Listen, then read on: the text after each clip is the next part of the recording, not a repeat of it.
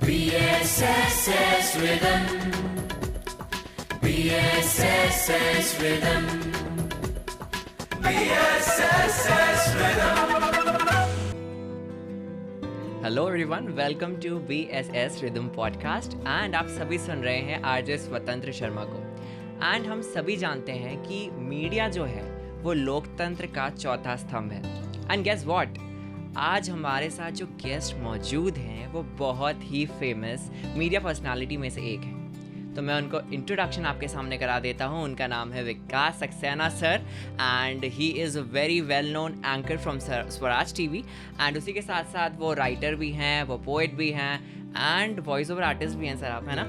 So welcome sir, तहे दिल से आपका स्वागत करता हूँ हमारे BSS रिदम पॉडकास्ट में।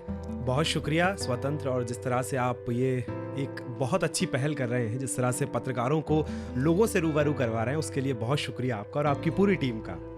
Thank you so much sir. And एक चीज़ मैं बोलना चाहूँगा कि अभी जो वैश्विक महामारी कोरोना ने सबको झंझोर के रख दिया था पूरे विश्व में, एंड हमने ये चीज़ देखी कि डॉक्टर्स ने, नर्सेज ने एंड हमारे सफाई कर्मचारियों ने एंड पुलिस की पूरी सेना ने, उनके साथ साथ हमारे मीडिया जनों ने बहुत हमारी मदद करी। पूरी इन्फॉर्मेशन जो है हम तक पहुंचाई, कोरोना वायरस की सही इन्फॉर्मेशन पहुंचाई और पूरा तहे दिल से काम किया। तो उसके लिए मैं आप सभी को शुक्रिया अदा करना चाहूँगा sir. Thank you. So sir, सबसे पहला प्रश्न मैं आपसे पूछना चाहूँगा कि आपकी स्कूलिंग कैसी थी, आपने शिक्षा कहाँ से प्राप्त करी, एंड इन सभी के बारे में आप थोड़ा सा रोशनी डालिए। बिल्कुल स्वतंत्र, देखिए स्कूलिंग मेरे खुद के स्कूल से हुई है। दरअसल अच्छा। हम लोगों का जो फैमिली बैकग्राउंड है वो स्कूल से है। मेरे पापा, चाचा, बड़े पापा सब लोग स्कूल चलाते हैं, तो पूरा एक एजुकेशन का बैकग्राउंड रहा है। तो ये कह सकते हैं कि मेरा जन्म जो है वो स्कूल में ही हुआ है।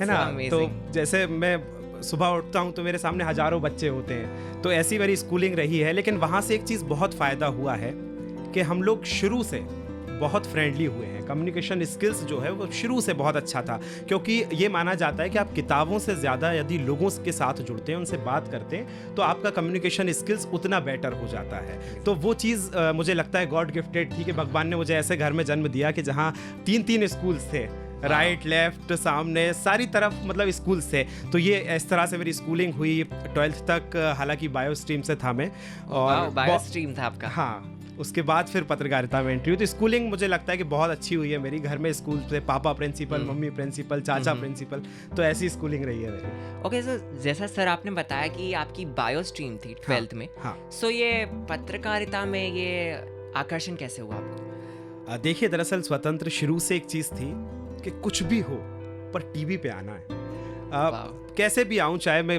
कोई वीडियोस के जरिए आऊँ या सोशल मीडिया पे कुछ करूँ, टीवी एक्टिंग करूँ, बस टीवी पे आना है। मतलब शुरू से जिस तरह से ब्लॉगिंग होती है कि अपनी लाइफ लोगों को दिखाना है, अपने फोटोज लोगों को दिखाना है, तो मुझे खुद से ये लगता था कि यार मैं शायद मुझे ऐसा लगता था कि मैं इसलिए बनाऊं कि लोगों को अपनी चीज़ें दिखा सकूं, अपनी लाइफ से इंस्पायर कर सकूं।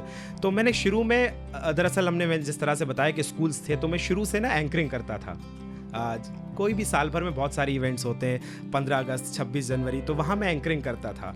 तो जो टीचर्स थे मेरे साथ में, वहाँ जो गेस्ट आते थे, वो ये सब ये बोलते थे यार तुम्हारी एंकरिंग बहुत अच्छी है, तो मैं टीवी में ट्राई करना चाहिए। तो ये बहुत सिमिलर होता था, सब लोग आके ये बोलते थे टीवी में ट्राई करना चाहिए। तो फिर मुझे लगा कि टीवी में कैसे जा सकता हूँ, एक्टिंग कर सकता हूँ। तो जब मैं भोपाल आया शुरू में, तो मैंने थिएटर किए। मुझे लगा कि एक्टिंग के जरिए जा सकता हूँ, पर 1-1.5 साल देने के बाद मुझे ये लगा कि एक्टिंग भाई मेरे बस की बात नहीं है। शायद ऐसा होता है कि एक्ट मुझसे नहीं होता था, सही बात है। मेरे डायरेक्टर बोलते थे कि फीलिंग्स नहीं आ रही, जो भी हो। लेकिन उस थिएटर में साथ में नुक्कड़ नाटक भी मैंने किए। तो थिएटर में मुझे ये पता चला, मेरे डायरेक्टर ने एक दिन मुझसे ये चीज़ बोली कि यार तुम एक्टिंग से ज़्यादा अच्छा उसकी जब शुरू में ओपनिंग होती है कि नमस्कार आज हम ये लेकर आने वाले, वो ज़्यादा अच्छा कर लेते हो, तो तुम क्यों ना एंकरिंग पे अपना ध्यान दो, उस पर चीज़ें मजबूत करो अपनी। तो फिर ऐसे सफ़र शुरू हुआ। तो फिर मुझे पता चला, दरअसल ये कोइंसिडेंट था। वो इसलिए भी क्योंकि हमारे साथ दूरदर्शन में ही मध्य प्रदेश में एक अंकुर जैन जी हैं। मेरे भाई भी हैं, मेरे शुरू से गाइड रहे हैं वो। तो उनके साथ एक बार इत्तेफाक हुआ कि हम एक शादी में जा रहे थे और 3 बजे रात में हम लोग सफ़र शुरू हुआ, हम नागपुर जा रहे थे। उस समय उनने मुझसे कहा कि यार तुम्हारा सोशल मीडिया मैंने देखा है, बहुत एक्टिव हो, अच्छी खासी फ्रेंड फॉलोइंग है, चीज़ें अच्छी करते हो, वीडियोज़ अच्छी बनाते हो, तो क्यों ना तुम पत्रकारिता में आओ। क्योंकि उनको मैंने ये बता दिया था, उनको ये पता था कि एक्टिंग मुझसे नहीं होती है सर। तो फिर वो बोलते हैं कि यार तुम पत्रकारिता में आओ, क्योंकि पॉलिटिक्स से मैं जुड़ा हूँ। मेरे भैया अमन जी जो हैं वो पॉलिटिक्स में अच्छी खासी चीज़ें रखते हैं। तो मेरे साथ ये हुआ कि पॉलिटिक्स अच्छा मजबूत था, नॉलेज अच्छा था मध्य प्रदेश को लेकर खास तौर पे। तो फिर मुझे लगा कि मैंने पहले सर्च किया, तो मुझे पता चला कि पत्रकारिता होती क्या है। और फिर मुझे लगा कि यार ये तो मेरी चीज़ है, इसको तो मैं कर सकता हूँ, क्योंकि पॉलिटिक्स में जुड़ा हूँ, एंकरिंग मैंने शुरू से की है, कैमरा में फ्रेंडली बचपन से रहा हूँ। तो फिर मुझे लगा, और देन उसके बाद फिर मैं पत्रकारिता में एंट्री हुई ऐसे करके। बहुत ही मतलब अमेजिंग स्टोरी है आपकी कि कैसे आपने स्विच किया, और आपका ये बचपन से ही इंटरेस्ट था आई थिंक सो, कि वो एक पैशन ही है जो हमें खींच चलाता है हमारे करियर के, या एंड हमारा पैशन ही हमारा करियर बन जाए तो वो कितनी बड़ी बात है हमारे। बहुत बहुत मजा आता है, फिर काम ना आपका शौक बन जाता है। Exactly. आपको लगता ही नहीं कि आप काम कर रहे हैं। आप जितनी आवर्स काम कर ले आपको मजा आएगा कि नहीं नहीं अभी थोड़ा और कर लेता हूँ। बिल्कुल बिल्कुल ऐसा ही होता है मेरे साथ। बिल्कुल सर। सो मैं जानना चाहूँगा कि आपका जो शुरुआती दौर रहा जर्नलिज्म का वो कैसा रहा, आप साझा करना चाहेंगे हमारे साथ? बिल्कुल, देखिए जिस तरह से फिर एंट्री हुई कॉलेज में हम आए, लेकिन दरअसल स्वतंत्र दूर से जो चीज़ें दिखती है वैसी होती नहीं। एग्जैक्टली। तब आकर पता चला कि यार सिर्फ नेम और फेम नहीं होता है, बहुत नॉलेज चाहिए होता है। कैमरे पे बोलने के लिए सिर्फ टीपी पढ़ना पत्रकार नहीं होता है। एग्जैक्टली। उसके पीछे का जो नॉलेज है, उसके पीछे की जो जर्नी है, उसके पीछे की जो यात्रा है, इसलिए बहुत चीज़ें पता चली। फिर आके समझा कि दरअसल होता क्या है पत्रकारिता। और इसलिए कहते हैं कि जब तक तू मुझसे जुदा है तब तक तू मेरा खुदा है। दूर से हम चीज़ों को देखते हैं तो लगता है क्या नेम फेम है, क्या मेकअप हो रहा है, क्या मतलब 15 अगस्त है तो कहीं अटारी बॉर्डर पे खड़े हैं पत्रकार लोग, टीवी पे दिख रहे हैं। तो फिर पता चला कि नहीं यार इसके पीछे की कहानी क्या है। जी सर। तो दरअसल मैं रायसेन से आता हूँ। रायसेन जिले में एक छोटा सा गाँव है दहगांव, वहाँ से मैं बिलोंग करता हूँ। तो फिर सबसे पहले तो भाषा पे काम किया।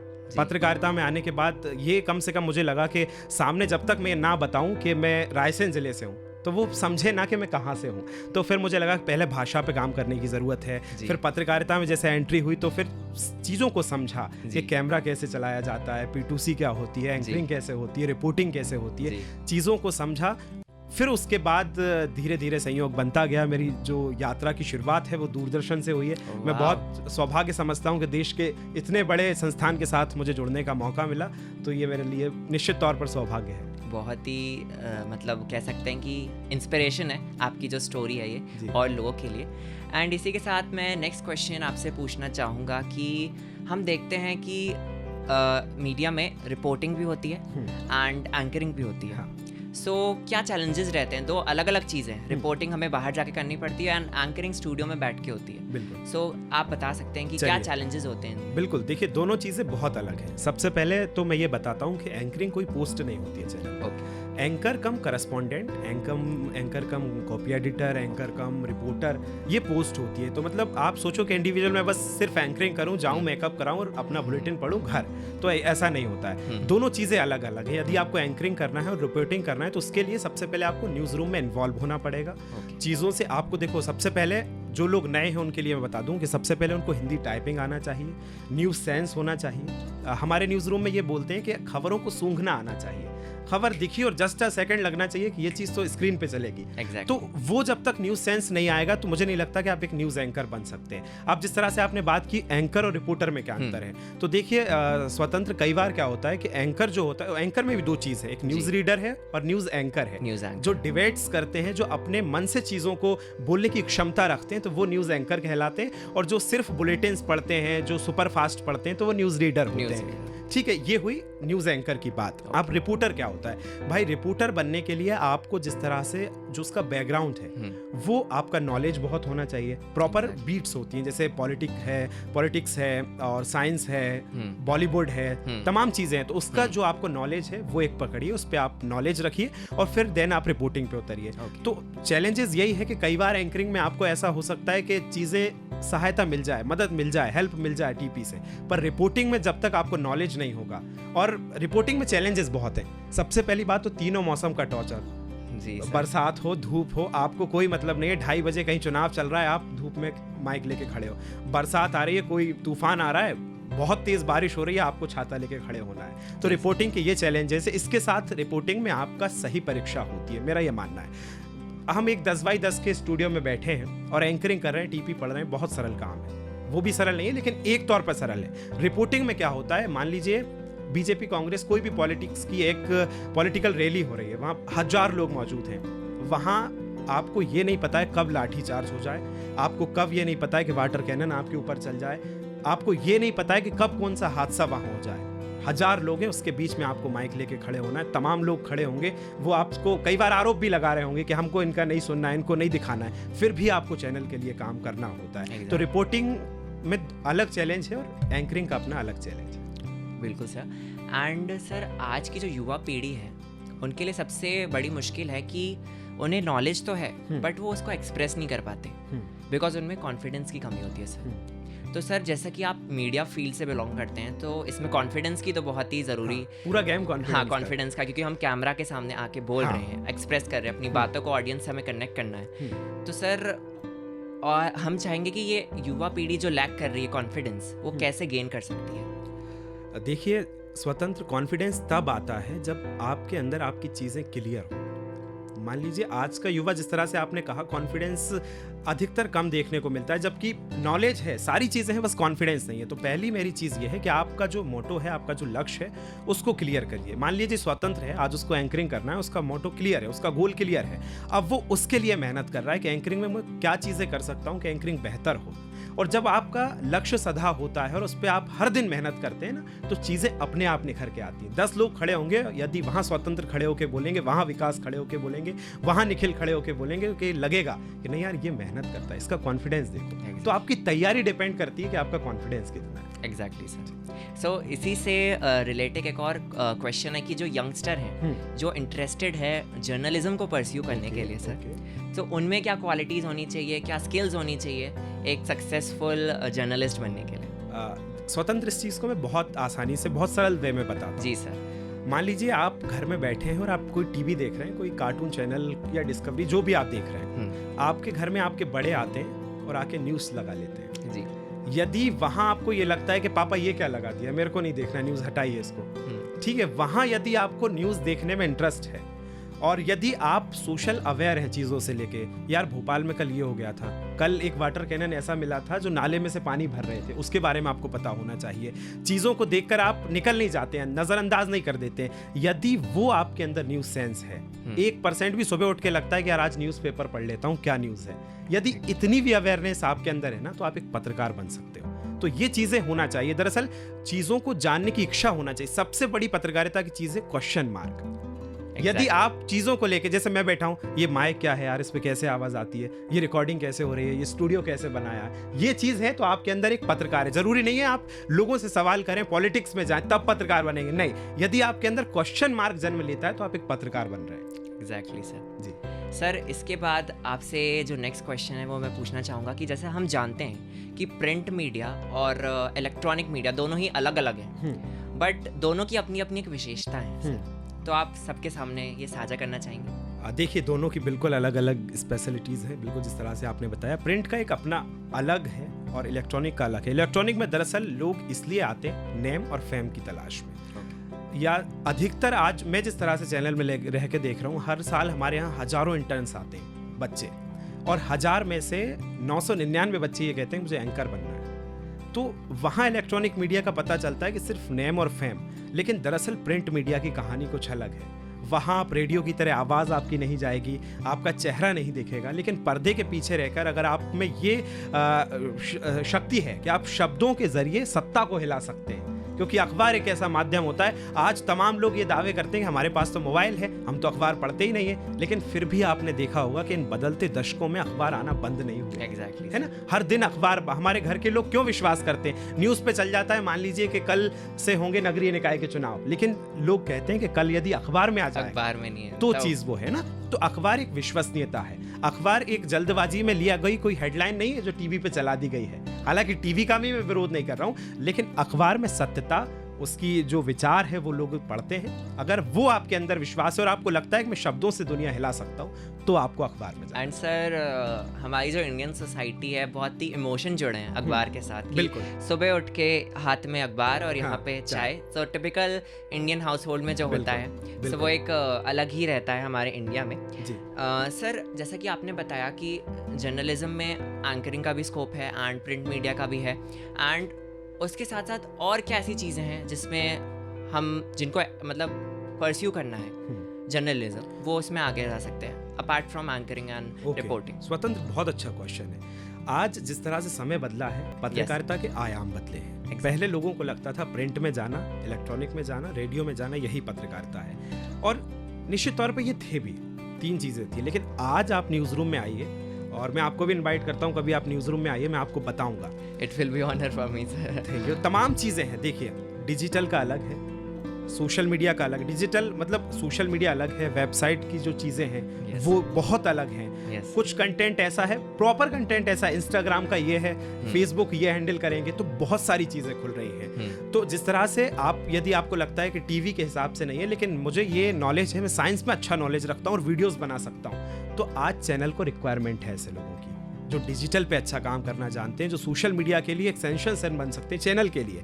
तो ऐसे लोगों को बिल्कुल हाथ खोल के वेलकम करता है चैनल। और आज आप देख भी रहे होंगे तमाम लोग सोशल मीडिया पे कितनी तेज चल रहे हैं, 10-10 मिलियन लेके बैठे हैं। एग्जैक्टली। हाँ, तो सोशल मीडिया यदि आप जानते हैं तो भी आप न्यूज़ में आ सकते हैं। तो सर आपने सोशल मीडिया का जिक्र कर ही दिया है, तो एक सवाल इस पे भी बनता है कि हम जैसे जानते हैं कि सोशल मीडिया आज की एक ऐसी नीड बन चुका है कि उस पर रहना बहुत ज़रूरी हो गया है। कोई भी आम आदमी हो, उसको कोई भी अपनी बात बतानी हो, तो सोशल मीडिया एक ऐसा जरिया बन गया है जिससे हम सभी इजीली वो चीज़ एक्सप्रेस कर पाते हैं। तो इस पे आपका क्या टेक रहेगा? देखिए, सोशल मीडिया दरअसल स्वतंत्र जो चीज़ है वो है अभिव्यक्ति की आज़ादी। हमें, हमारे संविधान ने अभिव्यक्ति की आज़ादी दी है, हमारी भावनाओं को हम एक्सप्रेस कर सकते हैं सोशल मीडिया के ज़रिए। और हमने देखा भी है कि समाज में रातों रात क्रांतियाँ आई हैं। एक सोशल मीडिया पे कुमार विश्वास या कोई भी पोस्ट करता है कि कल सुबह मैं दिल्ली में एक आंदोलन करने जा रहा हूँ, और सुबह देखते हैं कि लाखों लोग लाल किले के सामने खड़े हो जाते हैं। तो सोशल मीडिया वो चीज़, वो शक्ति है। लेकिन आज जिस तरह से फेक न्यूज़ हुई या तमाम चीज़ें सोशल मीडिया पे चल रही हैं, तो उनसे भी हमें बचना है, क्योंकि हम एक जागरूक रहेंगे, अवेयर रहेंगे। कम से कम कोई अगर ऐसी न्यूज़ है जिस पे आपके अंदर मन में एक प्रश्न उठता है कि यार इस न्यूज़ को शेयर करने से पहले मुझे एक बार सोचना चाहिए, तो बस वहीं रुक जाइए, उसको शेयर मत कीजिए, क्योंकि एक गलत क्लिक से हो सकता है लाखों लोगों की जान खतरे में आ जाए, जिससे वो संबंधित है खबर, उसकी ज़िंदगी पे कोई बुरा असर ना पड़े। बस वो सोच लीजिए, तो वहाँ फेक न्यूज़ रुक जाएगी। यदि इतनी सोच आपने विकसित कर ली कि ये ना हो कि हनुमान जी का या भगवान का नाम लीजिए तो सुबह ये चीज़ होगी, वो फॉरवर्ड एक बार पे कर दीजिए। लेकिन न्यूज़ में अगर आप कुछ ऐसा देख रहे हैं कि जिससे चीज़ें बदल सकती हैं, तो उसको फॉरवर्ड मत कीजिए। Exactly sir. और ये आजकल जो हमारा व्हाट्सएप यूनिवर्सिटी के जो पास आउट लोग हैं, वो बिना देखे ही सब फॉरवर्ड कर देते हैं चीज़ें, एंड वो खुद ही उनको नहीं पता कि वो क्या न्यूज़ थी, and they just keep forwarding things. So तब भी हमें अगर जानना चाहते हैं कि कोई भी न्यूज़ की ऑथेंटिसिटी कैसे हम जज कर सकते हैं उसको देख के, तो हम कैसे पहचान सकते हैं? दरअसल सबसे पहले तो देखिए, कोई फेक न्यूज़ होती है, हाँ, तो वो उसका परिदृश्य जो है वो हमें मोबाइल में समझ में आ जाए कि ये कुछ ना कुछ तो गलत है। तो उस चीज़ को हम शेयर करने से बचें। उस चीज़ पे हम जो आपको लगता है कि अच्छी सलाह दे सकते हैं, उनसे एक बार पूछ लीजिए कि ये चीज़ मेरे पास आई है, क्या ये सही है? तो इस तरह से हम उसकी जांच कर सकते हैं। हम सिर्फ ऐसे ही फॉरवर्ड कर देंगे तो हम भी दूसरों की तरह हो जाएंगे, है ना? तो हम पहले उसको एक बार जांच लें, अपनों से करवा लें। कई सारे लोग हैं, कई सारी वेबसाइट्स हैं, आप YouTube पे सर्च कीजिए कि न्यूज़ को कैसे जांच सकते हैं, तमाम चीज़ें मिल जाएंगी कि उसको पहली बार पोस्ट कब किया गया था, कहाँ से वो न्यूज़ आई है, तो उससे हम जांच लें, है ना? तो इस तरह से जांच लें और लोगों से ज़रूर सलाह ले लें जो अच्छी सलाह दे सकते हैं कि सर एक थोड़ा सा डिस्कशन करना था इस न्यूज़ पे, तो फिर उसके बाद आप शेयर करें। ओके सर, जैसा कि आपने अभी YouTube के बारे में बताया, सो YouTube भी एक ऐसा माध्यम बन गया है जिससे हम कोई भी अपनी इंफॉर्मेशन हो या कोई स्किल शेयर करना हो या कुछ भी शेयर करना हो तो हम वो कर देते हैं, और व्लॉगिंग भी हम कर रहे हैं, बहुत सारी चीज़ें हम कर रहे हैं। तो क्या आपको लगता है कि ये भी मीडिया का पार्ट बन चुका है? देखिए, यदि आप समाज से जुड़ी कोई खबर, कोई बात उन तक सही ढंग में पहुंचाते हैं तो वो न्यूज़ है। हालांकि व्लॉगिंग हुई, ये चीज़ें न्यूज़ में नहीं आएंगी क्योंकि ये व्यक्तिगत है, लेकिन सामाजिक तौर पर आज कई न्यूज़ चैनल्स ऐसे हैं, अभिषार शर्मा की बात कर लीजिए, पुण्य प्रसून वाजपेयी की बात कर लीजिए, जिन्हें तथाकथित कुछ भी चीज़ें रही हों, हम उस पर डिस्कस नहीं करेंगे, उन्होंने लेकिन चैनल्स छोड़े और आज यूट्यूब पे पुण्य प्रसून वाजपेयी जी 10 मिलियन लेके 1 मिलियन लेके बैठे, अभिषार शर्मा जी कितने मिलियंस व्यू लेकर बैठे। तो बिल्कुल बन सकती है, ये आपकी ताकत बन सकती है, बस खबरों के प्रति ईमानदार रहिए, अपनी सोच जो है वो ईमानदार रखिए, है ना। ऐसा ना लगे कि 90% रेशो कहीं जा रहा है, 10% कहीं। यदि आप खबरों को लेकर ईमानदार हैं तो यूट्यूब आने वाले समय में बहुत बड़ा, आने वाले समय में क्या अभी चल रहा है, आप देखिए ना, लोगों की जिंदगी तय हो रही है यूट्यूब से, तो बहुत बड़ा माध्यम है और बिल्कुल उतर सकते हैं आप इसमें। एंड सर मैं आपसे एक और क्वेश्चन पूछना चाहूँगा कि सोशल मीडिया को क्या आप क्या देखते हैं कि आने वाले समय में ये ज़्यादा पावरफुल बन जाएगा और मीडिया सोर्सेज से? 100%। दरअसल अब जो आप पहले देखते थे कि कहीं कोई प्रोग्राम हो रहा है, एक रिपोर्टर आता था, उसके साथ 3 लोग आते थे, एक रिपोर्टर खुद, एक कैमरा पर्सन और एक हेल्पर होता था जो ट्राइपॉड्स उठाता था, जो चीज़ों को मैनेज करता था। अब लेकिन ये परिदृश्य बदल चुका है। मैं नाम लूंगा संस्थान का, एनडीटीवी, आप जानते होंगे, उसने सबसे पहले मोजो की शुरुआत की। मोजो यानी मोबाइल जर्नलिज्म। उसमें यह होता है कि उसके तमाम रिपोर्टर्स सिर्फ हाथ में एक स्टैंड होता है, आगे कैमरा होता है, माइक यहाँ कनेक्ट होता है, उसको बोलते हैं मोबाइल जर्नलिज्म। तो आप देखिए सोशल मीडिया का कितना बड़ा रोल है, मोबाइल का कितना बड़ा रोल है कि अब पूरे न्यूज़ चैनल्स उस पर आधारित हो रहे हैं। तो फिर तो आप इंडिविजुअल हैं, आप तो उससे आ ही सकते हैं, अपनी न्यूज़ से वीडियोस बना सकते हैं, सोशल मीडिया पर डाल सकते हैं। तो मुझे ये बिल्कुल कहने में कोई गुरेज नहीं है कि आने वाले 5 साल में पूरी तरह से पत्रकारिता मोबाइल पर आधारित होने वाली। सही बोला सर आपने। एंड इसी के साथ आपसे एक और प्रश्न पूछना चाहूँगा सर कि आपका favourite you can say journalist कौन है जिसको आप बहुत ही अडोर करते हैं, जिससे आप बहुत मोटिवेट होते हैं एंड कहीं ना कहीं वो आपको इंस्पायर करते हैं और अच्छा करने के लिए? दरअसल दोस्त लंबी फहरिस्त है, क्योंकि मुझे लगता है कि मैं दरअसल शुरू से ना साहित्य से जुड़ा रहा। तो मुझे साहित्यिक प्रवृत्ति, बात भले ही धीरे आए पर समझ में आए। तो ऐसे दूरदर्शन के बहुत सारे एंकर्स रहे हैं, अशोक श्रीवास्तव जी हैं, आदित्य श्रीवास्तव जी हैं, जिनसे मैं बहुत ज़्यादा इंस्पायर रहा हूँ, अंकुर जैन साहब हैं। नेशनल मीडिया की बात करें तो कई सारे हैं, जैसे सईद अंसारी हैं आज तक में जी। तो उनका जो वाक्य कहने की अंदाज है कि मतलब उनका जिस तरह से वो बोलते हैं, तो वो मुझे बहुत पसंद है। बाकी कई सारे हैं, लंबी लिस्ट है जी। Okay sir. सर आपसे नेक्स्ट क्वेश्चन मैं पूछना चाहूँगा कि हम अपने भारतीय मीडिया को अगर जो फॉरेन मीडिया है हमारा उससे थोड़ा कंपेयर करें तो आप उसमें क्या मतलब आपके व्यूज़ रहेंगे, मतलब कि क्या डिफरेंसेस हैं हमारे इंडियन मीडिया में और फॉरेन मीडिया में? देखिए दोनों चीज़ अलग हैं। अगर मैं मेरे परिदृश्य में बात करूं, जितना मैं जानता हूं, जितनी मेरी सोच है, मुझे ये लगता है कि जो इंटरनेशनल मीडिया है, दूसरे देशों में जिस तरह से पत्रकारिता होती है, वो लोग फैक्ट पे ज़्यादा बात करते हैं। फैक्ट पर बात करेंगे, उनकी बहस आप सुनिए, वो सिर्फ तथ्यों पर आधारित एक सार्थक चर्चा करते हैं। हमारे यहाँ तथ्यों से ज़्यादा विचारों पे बात होती है, एक दूसरे को दोष दिया जाता है, हम डिबेट्स देखते हैं। आजकल देखिए, पहले दूरदर्शन में चर्चाएं होती थी, नाम रखा जाता था कि संवाद हम लोग कर रहे हैं। अब नाम क्या रखा जाता है, हमारे साथ देखिए तीखी बहस। तो सर बहस का मतलब क्या होता है? जब 3 लोगों की बात समझ में ना आए उसको बहस कहा जाता है। तो बहस यदि हो जाएगी तो हमें चीजें समझ में नहीं आएंगी, और संवाद होगा, 2 टूक होगी, 1 to 1 होगा, तो उसमें चीजें समझ में आती है। तो वो मुझे इंटरनेशनल मीडिया में बहुत अच्छा लगता है कि वहां आज भी चिल्ला चौट से बहुत दूर एक ऐसी पत्रकारिता भी हो रही है जो तथ्यों पर आधारित है। वहां कोई ऐसा नहीं है कि किसी के पक्ष में 1 घंटे की डिबेट ऐसी चल रही जिसमें 5 लोग ऐसे हैं कि गरीबी की रेखा पे बहस होना थी और रेखा की गरीबी पे बहस कर देते हैं। वहां ऐसा नहीं है। ये मुझे बहुत अच्छा लगता है इंटरनेशनल मीडिया में, व्यक्तिगत तौर पे। ओके सर, सो इसी से रिलेटेड एक और आपसे प्रश्न है कि आप हमारी इंडियन मीडिया को 10 years लेटर कैसे देखते हैं? मतलब क्या देखते हैं हमारा इंडियन मीडिया का फ्यूचर, आप कि क्या चेंजेस आने वाले हैं? देखिए, चेंजेस तो समय के साथ बहुत कुछ आया है। लोग पहले टीवी देखते थे तो ये रहता था कि सिर्फ हमें न्यूज़ पता चलेगी। आजकल व्यूज़ पता चलते हैं, किस तरह से कहाँ सोच जा रही है। लेकिन अब जो युवा पीढ़ी आ रही है, आप हैं, मैं हूँ, हम लोग क्या है, अवेयर हैं शुरू से, हमें न्यूज़ पता होती है। उसके बाद भी यदि हम कोई डिबेट देख रहे हैं तो हमारा एंगल सेट होता है।